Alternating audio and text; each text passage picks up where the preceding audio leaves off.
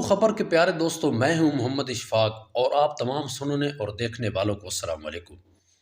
ناظرین گرامی، معاشرے میں خواجہ سرا کو عزت کی نگاہ سے نہیں دیکھا جاتا، ان کا شمار انسانوں میں نہیں کیا جاتا، یہاں تک کہ ان کی نماز جنازہ تک پڑھانے کو حقیر سمجھا جاتا ہے۔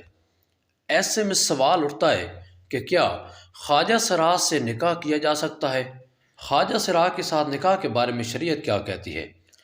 آج کی اس ویڈیو میں ہم آپ کو خواجہ سرا کے بارے میں تفصیل کے ساتھ بتانے کی کوشش کریں گے، لیکن ویڈیو شروع کرنے سے پہلے آپ سے گزارش ہے کہ ہمارے چینل اردو خبر کو سبسکرائب کر لیں اور گھنٹی کے بٹن کو دبا کر آل پر کلک کر لیں تاکہ ہماری ہر نئی آنے والی ویڈیو کی نوٹیفیکیشن آپ تک سب سے پہلے پہنچ سکے۔ ناظرین گرامی، ہماری طرح خواجہ سرا بھی حضرت آدم علیہ السلام کی اولاد میں سے ہیں۔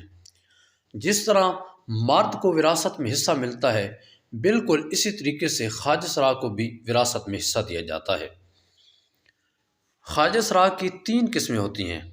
ایک خواجہ سرا وہ ہوتے ہیں جو مردوں کے قریب قریب ہوتے ہیں، ایک وہ ہوتے ہیں جو عورتوں کی طرح ہوتے ہیں، ان کے عورتوں کی طرح اعضاء ہوتے ہیں۔ خواجہ سرا کی تیسری قسم نہ مرد ہوتی ہے نہ عورت۔ کچھ خواجہ سرا بناوٹی ہوتے ہیں، جیسے کہ پاکستان میں مرد ہوتے ہیں لیکن اپنے اعضاء بدل لیتے ہیں اور میک اپ کر لیتے ہیں۔ ان لوگوں کے بارے میں رسول اللہ صلی اللہ علیہ وسلم نے فرمایا، جو لوگ عورتوں کی مشابہت اختیار کرتے ہیں ان پر اللہ کے نبی کی لعنت ہے۔ ناظرین گرامی، ہم بات کر رہے ہیں کہ خواجہ سرا سے نکاح ہو سکتا ہے یا نہیں۔